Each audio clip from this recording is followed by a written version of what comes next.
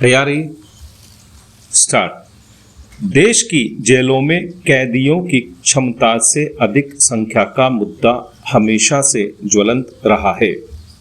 सामान्य तौर पर इसका अर्थ यह लिया जाता है कि अपराधों की संख्या बढ़ने के कारण ऐसा हो रहा है, लेकिन यह वस्तु स्थिति नहीं है।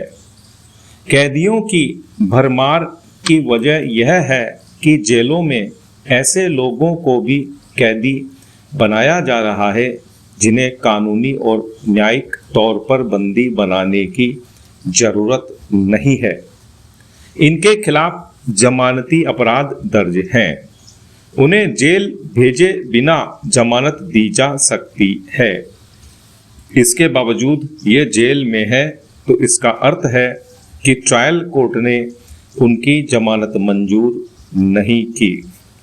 समस्या यहीं तक सीमित नहीं है। ऐसे बंदी लंबे समय तक जेलों में कैद रहते हैं और कई बार सुनवाई के बावजूद उनकी जमानत नहीं होती, जबकि देश की पुरानी दंड प्रक्रिया संहिता की धारा 436 और नई न्याय संहिता BNSS की धारा 478 उन्हें तत्काल रिहाई का अधिकार देती है। लगातार कैद उनके नागरिक अधिकार का हनन और उनके साथ घोर नाइंसाफी है। यह हनन उनके साथ भी हो रहा है जो विचाराधीन कैदी हैं, और उनके साथ भी जिनके खिलाफ ट्रायल तक शुरू नहीं हुआ है। चालान पेश किए बिना जेल में कैद बंदियों की संख्या भी अच्छी खासी है। देश के विभिन्न कारागारों में बंद 5.5 लाख बंदियों में 70 से 80% संख्या इन्हीं श्रेणियों के कैदियों की है। बिहार में यह संख्या सर्वाधिक 87% है, जबकि उत्तर प्रदेश में 77% कैदी इन्हीं श्रेणियों के हैं। यह मुद्दा एक बार चर्चा में इसलिए आया है कि सुप्रीम कोर्ट के न्यायाधीश उज्जल भुइयां ने इस पर चिंता जताई है। सुप्रीम कोर्ट बार एसोसिएशन के हाल ही हुए राष्ट्रीय सम्मेलन में उन्होंने अदालतों में मुकदमों के अंबार और छोटी छोटी बातों पर मुकदमा दर्ज करने के साथ ही आरोपियों को जमानत नहीं देने की प्रवृत्ति पर जो कटाक्ष किया है, उस पर गौर करना जरूरी है। इससे पहले भी सुप्रीम कोर्ट के कई न्यायाधीश विभिन्न मंचों पर यह बोल चुके हैं। सुप्रीम कोर्ट ने तो इसकी व्यवस्था भी दी हुई है तथा निचली अदालतों को निर्देश जारी किए हुए हैं कि वे खुद को सर्वोपरि मानते हुए न्यायिक दायित्वों का निर्वहन करें। जो मामले उनके स्तर पर निपट सकते हैं, उन्हें उच्च अदालतों के निर्णय के लिए नहीं छोड़ें। इससे उच्च अदालतों में मामले बढ़ जाते हैं। इसका समूचा असर पूरी न्याय व्यवस्था पर आ जाता है, जो विलंबित होती जाती है। नागरिक इसका खामियाजा उठाते हैं।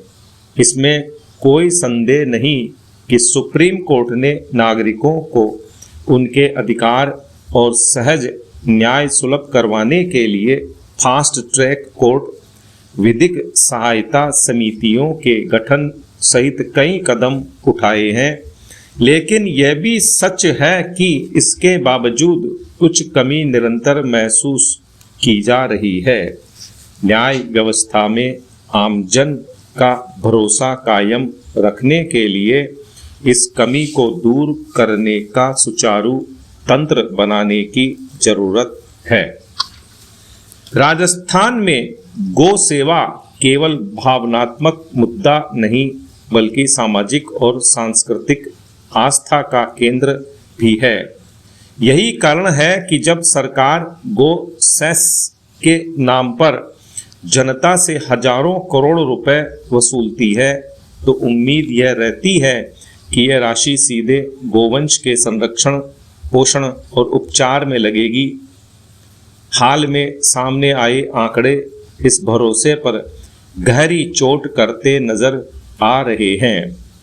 करीब 7,124 करोड़ रुपए की वसूली और उसमें से 2,864 करोड़ रुपए का खजाने में यूं ही पड़े रहना सिर्फ वित्तीय लापरवाही नहीं बल्कि नीति और नीयत दोनों पर सवाल खड़े करता है। यह वह दौर है जब प्रदेश की हजारों गौशालाएं चारे के लिए जूझ रही हैं, संचालक कर्ज में डूब रहे हैं और सड़कों पर बेसहारा गोवंश दुर्घटनाओं का कारण बन रहा है। गौशाला संचालकों की पीड़ा और भी गंभीर है। गेहूं की कटाई के इस समय खाखला तूड़ी सस्ती दरों पर उपलब्ध है, यानी यह चारा भंडारण का सबसे उपयुक्त समय है। यदि समय पर अनुदान मिल जाए तो साल भर की व्यवस्था सहज हो सकती है, लेकिन सरकारी फाइलों की धीमी रफ्तार इस अवसर को संकट में बदल देती है। यही कारण है कि गौशालाएं महंगे कर्ज लेने को मजबूर होती हैं और अंततः इसका सीधा असर गोवंश पर पड़ता है। सबसे बड़ी कमी पारदर्शिता और जवाबदेही की है। गो सेस के नाम पर वसूले गए एक एक पैसे का स्पष्ट और सार्वजनिक लेखा जोखा होना चाहिए।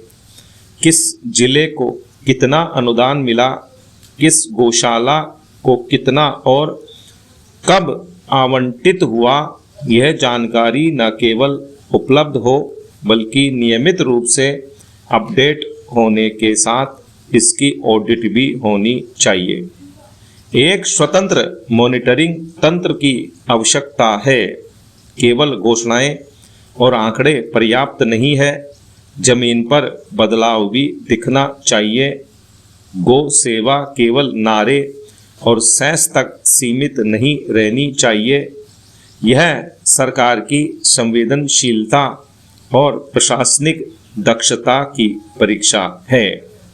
समय है कि सरकार इस सेस को सेवा में बदले। चुनाव प्रत्यक्ष हो या अप्रत्यक्ष, राजग के चक्रव्यूह में विपक्ष फंसकर रह गया है। उच्च सदन का चुनाव संख्या गणित का खेल है। मतदान भी ईवीएम के बजाय बैलेट पेपर से होता है। फिर भी हाल के राज्यसभा चुनाव में सत्ता पक्ष के चक्रव्यूह की गांठ विपक्ष नहीं खोज पाया। राज्यसभा की 37 सीटों के लिए हुए हालिया चुनाव में 26 उम्मीदवार तो निर्विरोध निर्वाचित हो गए थे, लेकिन 11 सीटों के लिए हुए चुनाव में विपक्ष की दरार साफ उजागर हो गई। विपक्ष अपने विधायकों को एकजुट रखने में भी नाकाम रहा, जबकि सत्ता पक्ष अपने संख्या बल से ज्यादा उम्मीदवार जिता ले गया। राजग 37 में से 22 सीटें जीतने में सफल हो गया। भाजपा ही अकेले 12 सीटें जीत गई। विराम।